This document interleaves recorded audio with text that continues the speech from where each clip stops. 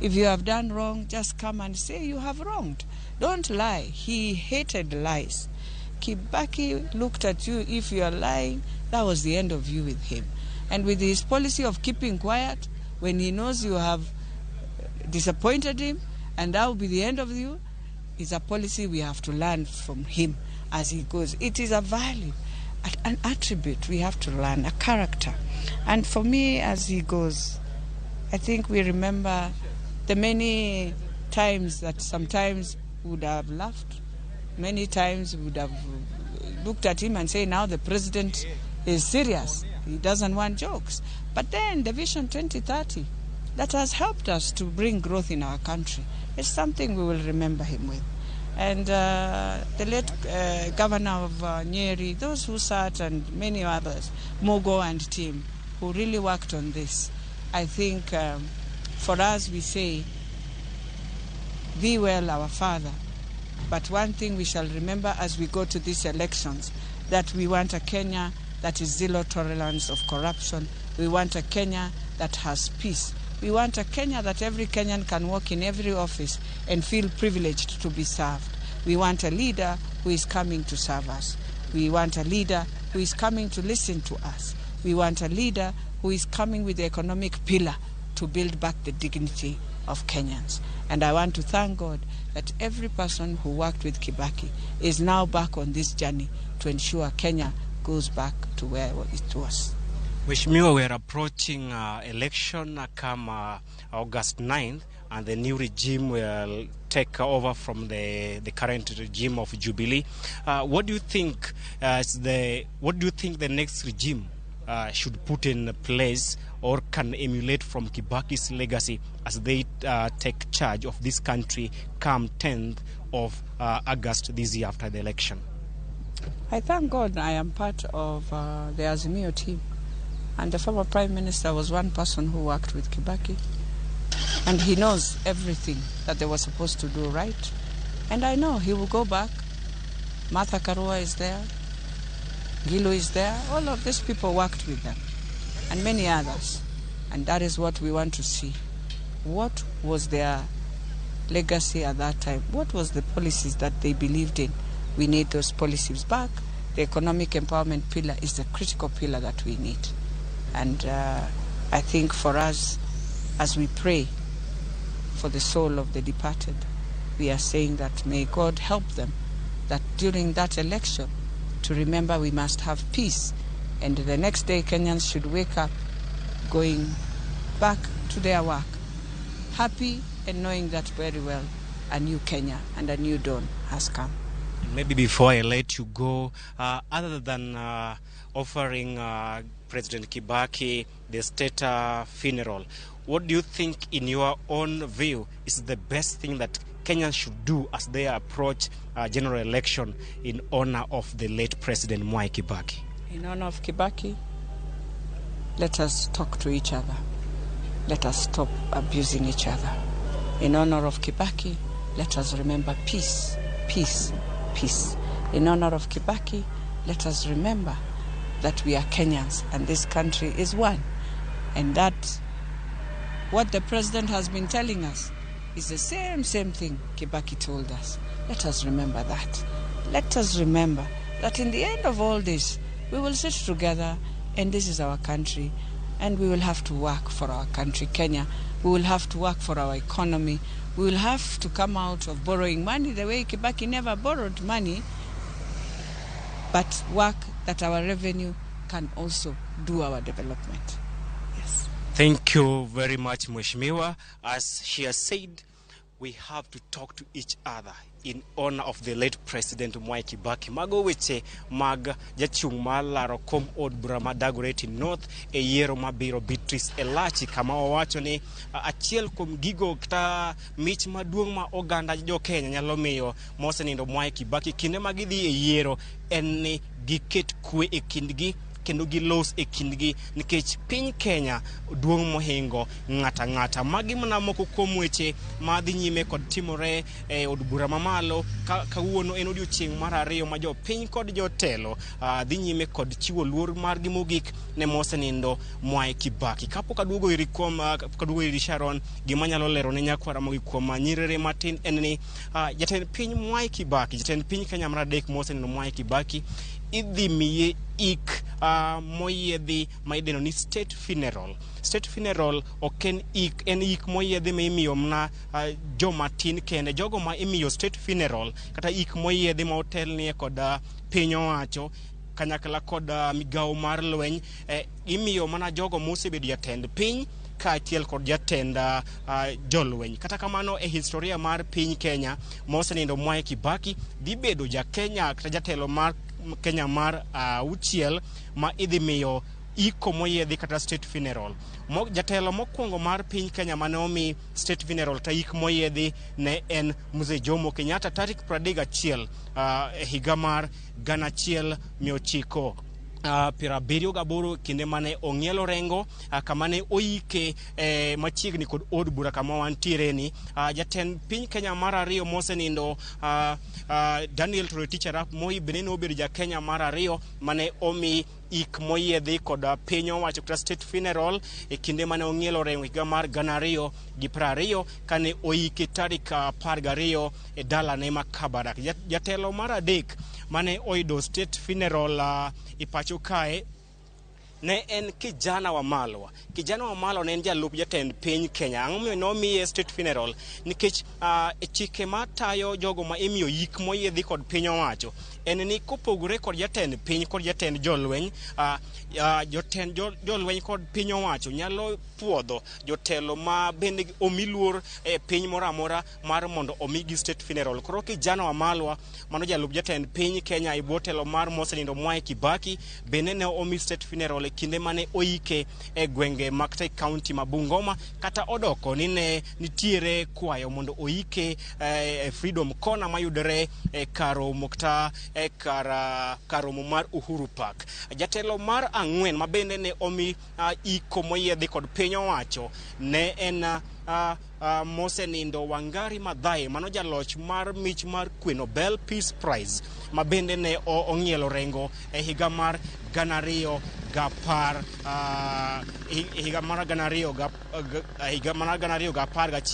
Kopogore kod Wangari Maathai, Kenya machielo ma bende osemi state funeral e historia mar piny Kenya ne en jaod mosenindo Mwai Kibaki, mano Lucy Kibaki ma bende ne omi state funeral. Koro ji auchiel kende e historia mar piny Kenya ema osemi ik moyiedhi kod piny owacho nikech ma en iko mimiyo mna jogo moluo to molo jatend piny kaachiel kod jotend jolweny. Kopogore kod mago bende inyalo miye jatelo ma omi luor mana ka osepuodh kwayo makamano kod piny owacho kaachiel kod tend lweny ma pacho kae. Koro odiochieng' makiny dhi bedo odiochieng' yweyo kama jopiny dhi yudo odiochieng' mogik mar chiwo luor margi jatend piny Kenya mar adek mosenindo Mwai Kibaki motelo ne tero ringre mare chieng' tich abich ma idhi tero ringre mare e lak ma Nyayo National Stadium kama idhi miye alam makende, idhi timone ringre alam makende motelo ne chwale e gwenge mag Odhaye County ma Nyeri kama ibiro ike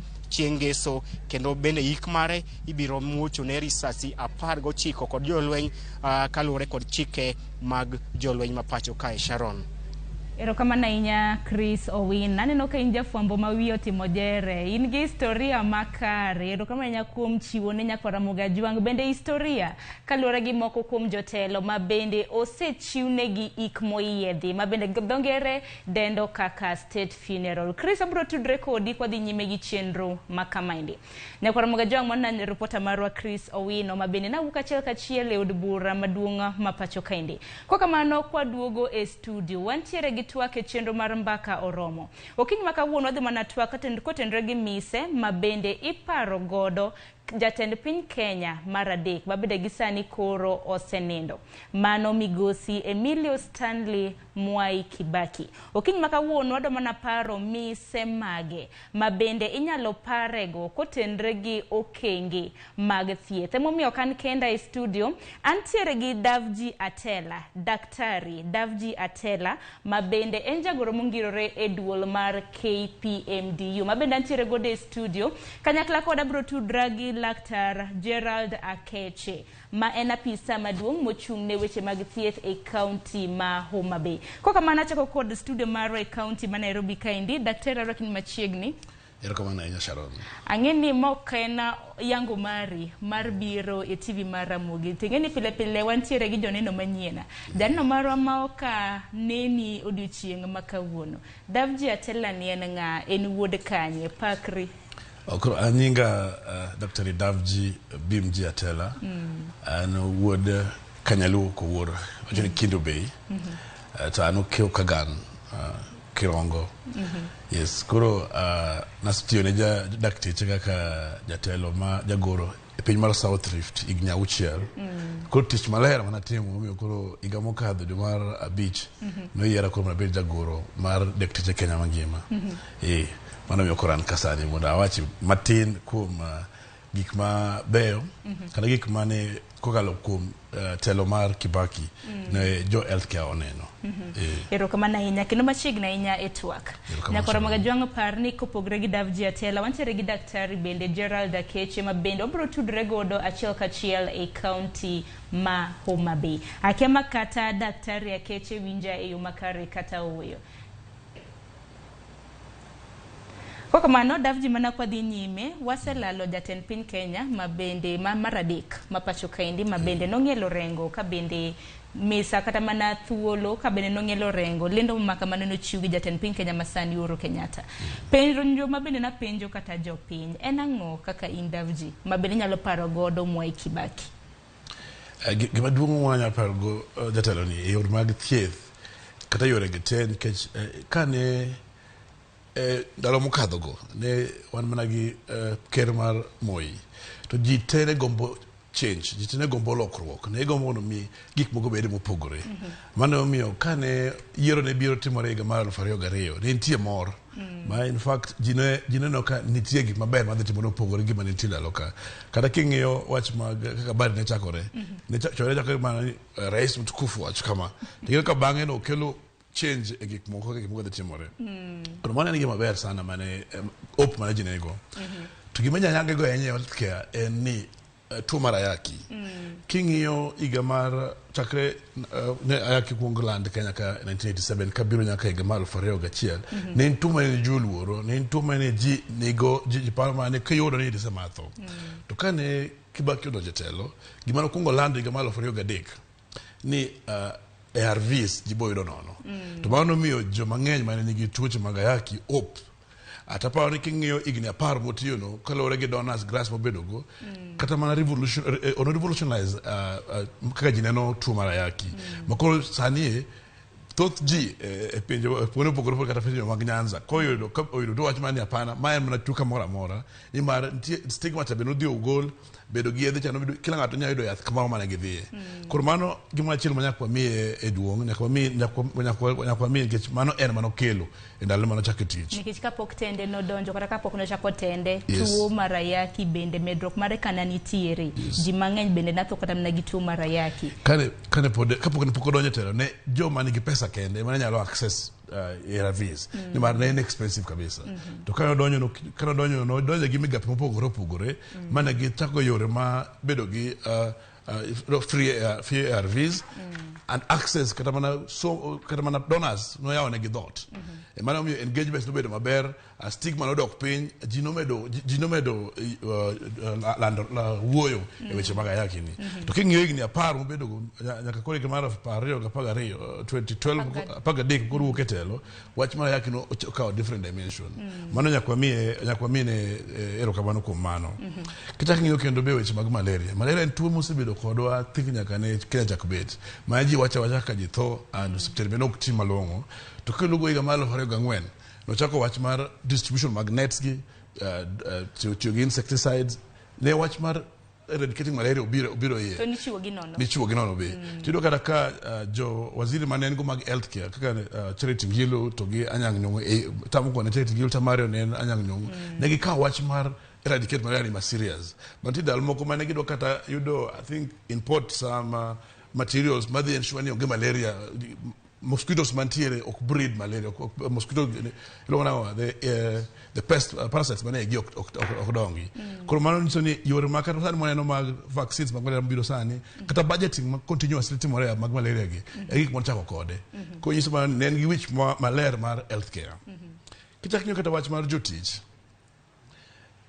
dakteche ne graduate kata ko university to thothgi ne graduate kiwuok e sirkal nurses be mana kamano ko thothne kaka ne dakteche tie piny ka to ne graduate to gidhi pinje maoko gi graduate gichako private practice ni mar ne onge gimiluongo ni dignity kata honor e tiyo ne sirkal civil servant no ngimane dignity gi honor ma kama indi ang'o mana kelo chude mani chilo ji matin koso chudo ne chudo ma tin kabisa mano mokwongo mar ariyo kaka ni daktari idhi hospital tich to gig tich ne onge idhi dhe ang'e koro mano miyo koro jotich ne tin e sirkal kabisa aya be joma ne tiyo e sirkal ne onge gi assurance ni gibiro bedo gi pensions gi to mano kano biro no uplift public healthcare or public servants or civil servants mo oketo yore makoro ji ne chako tich mano miwacho ni en obiro nomiyo koro luor obede wach mar joma tiyo ne sirkal nikech ndalo mokadho kapok ndalo gi obet ne ngata ma tiyo e sirkal ji ong'e ok ti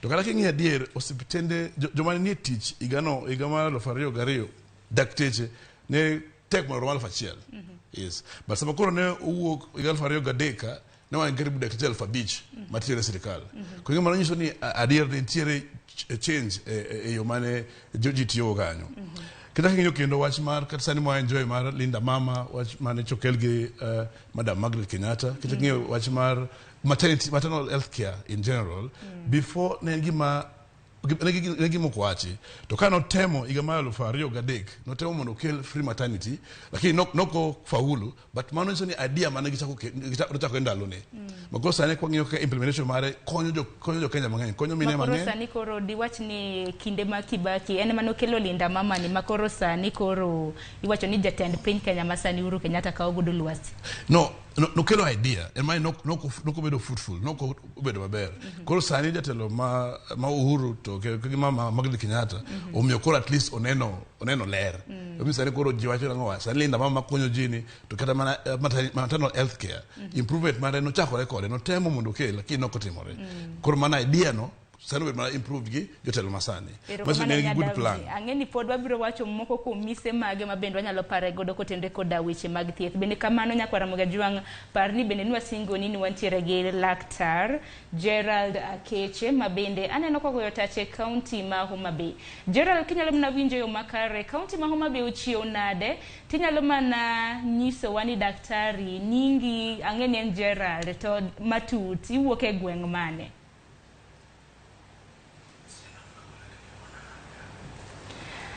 Daktari kakeni ka daktari bende nyalo winja pod wantiere gi ng'ikruok makoni kod kocha kaluwore gi dwol ing'eni bende kilometers mawuok Nairobi kadhi Homa Bay bende lach koko mano kwa dhi nyime nyakwara Ramogi Ajwang' par ni nyalo bedo kodwa e twak makamaendi kioronwa ote magi inang'o minyalo paro godo mosenindo jatend piny Kenya mar adek migosi Mwai Kibaki ma bende koro kopo mare mogik ibro time e dalane chieng' ngeso mar jumani dalane mantiere Othaya e kaunti ma Nyeri kaparo ni mani studio ntiere gi daktari Davji Atela ma bende jagoro mongirore e duol mar KPMDU pod wacho mana mise ma bende waparo godo Kibaki mosenindo jatend piny Kenya mar adek Kibaki kaluwore gi mise ma bende noketo e thieth nang'adi daktari kidhi nyime Atimo wacho ni ing'eni kata mana union man go sani mar KMPDU motelo dakteche kibra union mar nurses unions gite nobire constitution ma 2010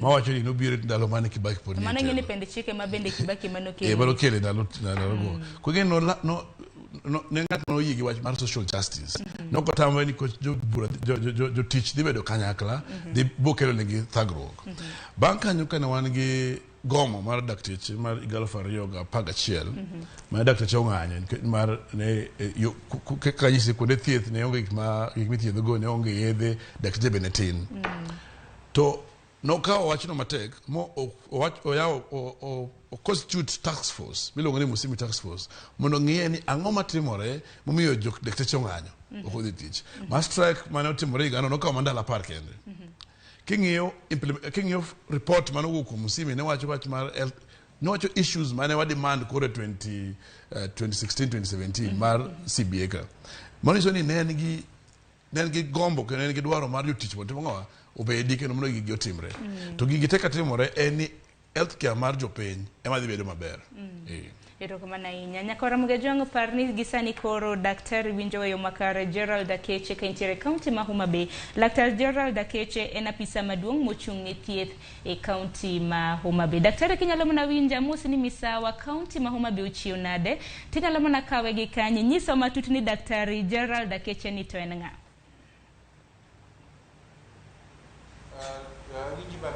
Dr. Gerald Akeche and Chief Officer of Health, Homa Bay County. Homa Bay County. Daktari nyalo mana dhi nyime nyiso matut ni Gerald Akeche en ng'a iwuok e gweng' mane mana mondo jopiny obed gi ng'eyo. Dr. Gerald Akeche and Chief Officer of Homa Bay County oa e gweng' mandhiwa mane kuma onyuola to sani an machung' ne weche mag health ma Homa Bay County. Sani asebedo ka kuom higni 4 kan Chief Officer mar Homa Bay Health Services. Kapok abiro ka nan Medical Officer of Health mar Chuonyo District. Makanya bede higni 8. So in total, asebedo daktari kuom higni 30.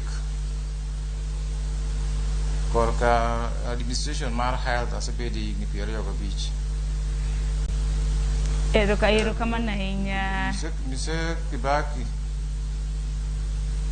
Mana kinyalo mana nyiso daktari, mana kinyalo nyiso jopiny ni in kaka daktari isewacho kanyo ni isetiyo kuom thuolo mar higni mohewo 30. Inyalo paro jatend piny Kenya mosenindo Mwai Kibaki gi ang'o ahinya kotenre gi mise magi mag thieth. Erokamano, gima nyalo paro go mosenindo Mise Kibaki kano chako tich kuom osiptende nwaonge gige tich.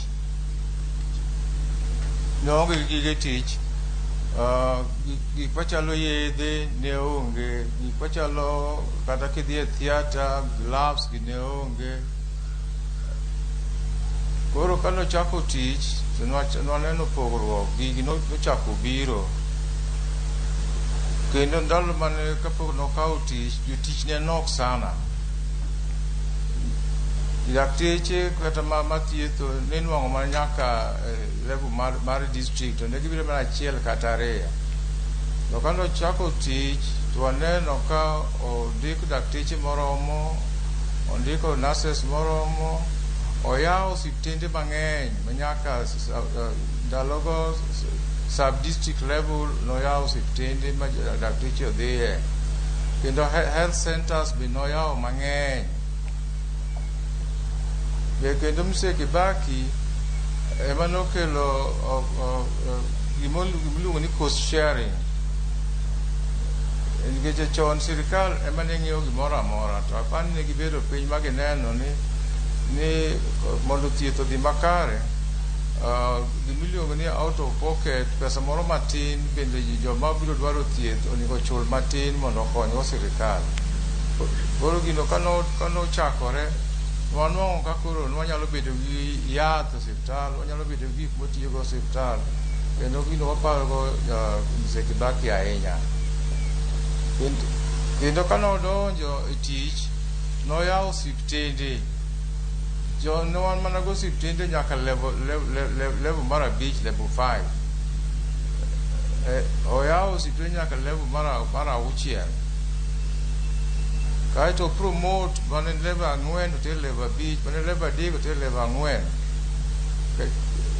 Gi dakteche be ondiko. Koro kanyo waparo jaduong' Kibaki. Erokamano. Hospital mabor, tero thieth mabor. Erokamano inya. Sana manyalo chako paro go jaduong' Kibaki. Msara mag jotich. Nomedo msara mag jotich, medo nurses msara, omedo dakteche msara.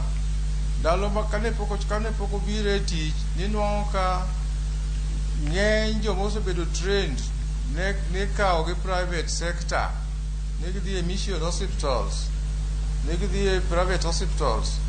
To kano o improve, omedo msara kendo keto ka tich maber, nolokore opposite, koro ji ne ai private sector kaduogo public sector korka health.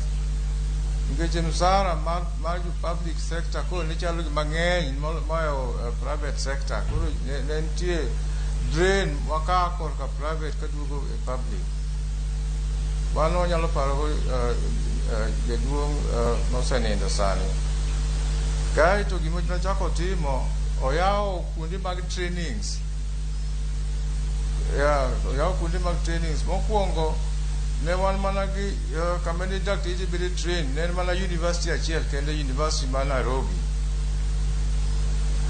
En mana Lay Foundation masani dakteche bedo trained, Moi University, dakteche bedo trained, Kenyatta University,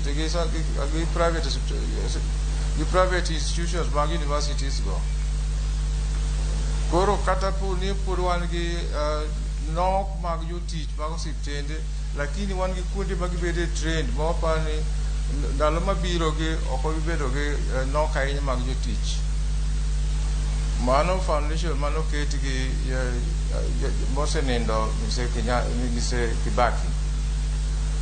Koro korka thieth wanyalo pare gi nino okelo dongruok korka thieth, omedo jothieth, omedo osiptende, nomedo budget kata ming'iyo go yedhe.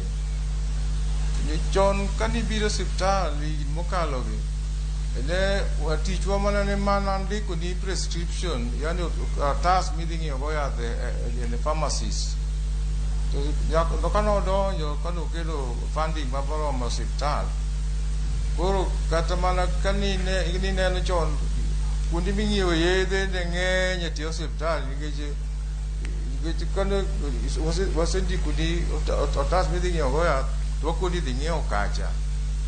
To kane koro jaduong' oseketo pesa mang'eny moromo ng'iewo yedhe osiptal, sani kidhi inwang'o ka kuonde mag ng'iewo yedhe go nodar, nyiso ni tinde wan gi yedhe wa moromo osiptal kanyo. Kata ok oromo, lakini wan gi minyalo ndiko ne ng'ato to ng'ano yudo.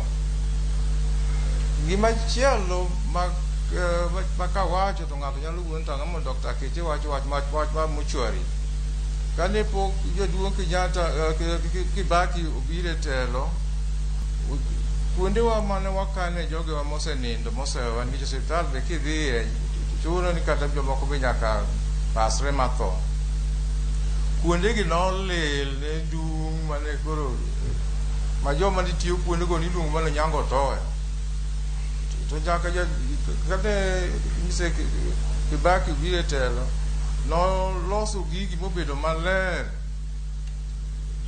makoro kata ka ng'ati onindo kotere udi mogik go, to kata kidhi kawe tinwang'o ka olose maber. Kanyo wanyalo paro go jaduong' Kibaki. Erokamano ahinya daktari, wawinje yo makare. Akiani mana kinyalo winjo daktari, akiani nying mar Onyango Toyo ma bende iwacho no dibed ni mochari e kinde mosekalo kano koketgi yo makare. Emomiyo ni nying makamano nowuoke koso nang'o? Kamano. Erokamano ahinya mano daktari Akeche ma bendi winjo kanyo kawacho ni ang'adra matin kata en geno mara ni pod awinjra e yo makare. Erokamano ahinya Davji iwinjo moko kuom mise ma bende daktari paro godo mosenindo Kibaki. Owacho wach moro mara ma bende naneno ka iye godo kotenre gi weche ma bende koro dakteche mana thietho e ute mag ji giwegi mago private hospitals. E kinde ma koro Kibaki nodonje telo ma bende koro notemo bero kata na sekta mar thieth. Thoth gi nodar kawuok e ute mag ji giwegi kadhi e mag piny owacho.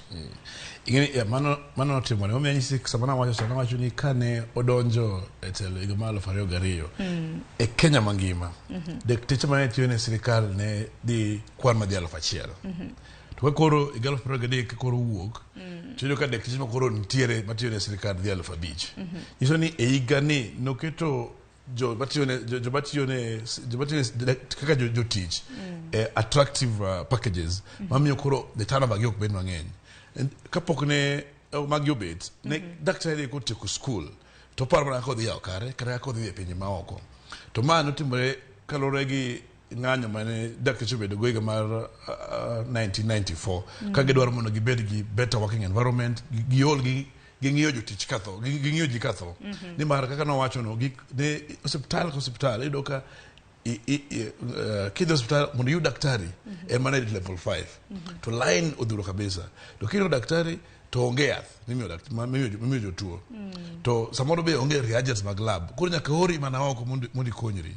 Mano gik mane timore. Omiyo daktari ni gidwaro mondo gidhi at least gidhi practice oko mondo otimre. Kata ng'iyo kendo gima wacho mar pharmacies beda mbele hospital. Mano wacho karasani. Ni public hospital ni bedi nitiere gi reagents, nitiere gi dakteche moromo, nitiere gi yedhe. Makoro ok ni iwuok e hospital to oka idhi nyebu. Iwuok e hospital oka idhi nyebu. Mano miyo kata jok matiyo hospital kae ok bed gi mijingo mar tich. To bende sirikal ng'iyo mano. Ting'eni sani bende nyaka bed ni wapenjore in kaka daktari sani neno nade. Sani bende nitiere kata mana yedhe e hospital. Mano ka dhoch ing'eni king'iyo budget, ata ng'iyo budget, atemo analyze budgets mane miyo healthcare kinde ka to gi budget masani. Ing'iyo ka higa mar 2008-2009 budget mar healthcare ne en 7.5%.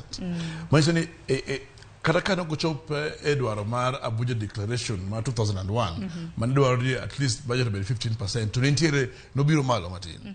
To higa mantiere sani ni budget mar health en 4% of the total.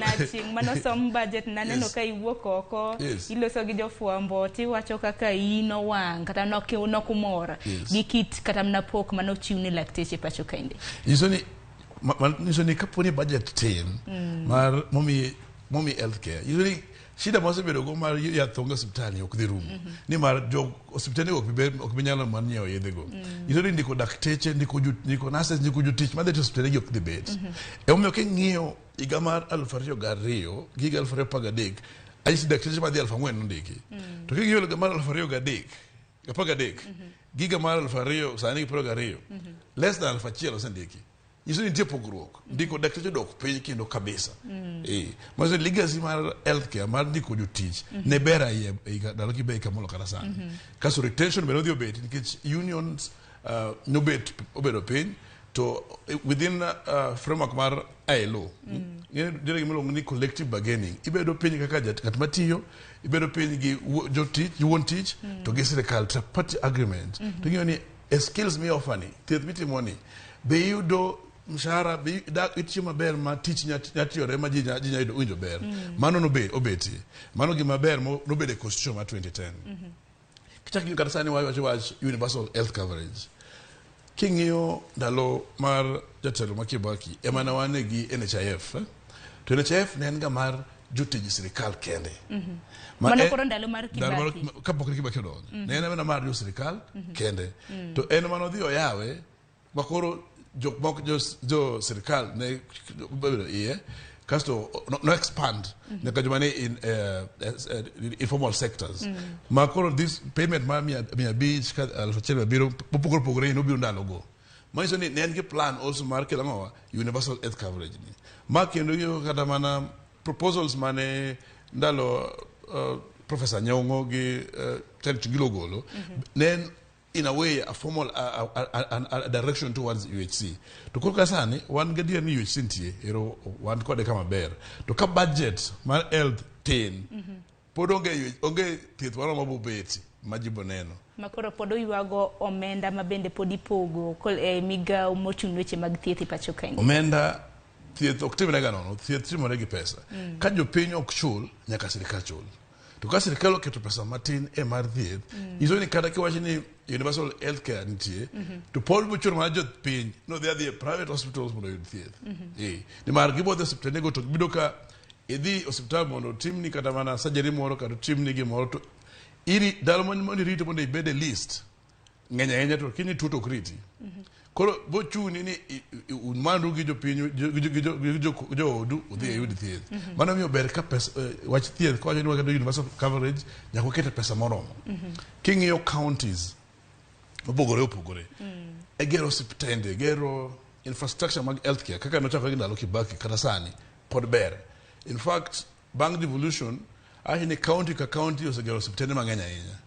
Lakini kidhi hospitende go mondo koro yud ni thieth nitie mano pogore thieth koro onge nikech eye kanyo kidhi hospital mar for example wacho ni en level 4 kata level 5 onego bed ni dakteche madhi prauchiel tudo ka level 5 mantiere counties opogore moro kata gi dakteche 10 kende moro ni kata gi dakteche ma less than 10 e hospitende go edo kata mana yath ma ji yedhe onge consumables mag miyo gik moko waktiyo be kata king'iyo mana long ni MES project MES project mar equipments nitie equipments mang'eny ma the billions ma nitie hospital opogore kino ogiti na ogiti ke joma ti kodgi onge sirikal pok ondiko jo counties pok ondiko koro nitie vutano kind Ministry of Health to gi counties mondo gigoti ma wasine counties opogore ma believe but the proposals ma timo gi ber lakini ka onge jomanya tiyo kodgi mondo konjo piny to koro ber gibedo maonge gibedo mana already scandals or corruption. Erokamano nya daktari nyakora mga jwang pod amedo paro ni chenro en twak e chenro mar mbaka oromo okiny maka wuono watwak kaluwore gi gik mabende wanyalo paro godo mosenindo jatend piny Kenya mar adek migosi Emilio Stanley Mwai Kibaki gisenodhi koyo matin chenro pod wantiere godo twak pod wadhi godo nyime student ire gi daktari mano davji atela kanyakla koda daktari Gerald Dakeche mabende obro tudre godo achiel kachiel e county ma Homa Bay med chwalo ote magi mabende abro somo bang' yweyo matin kik idhi mabor.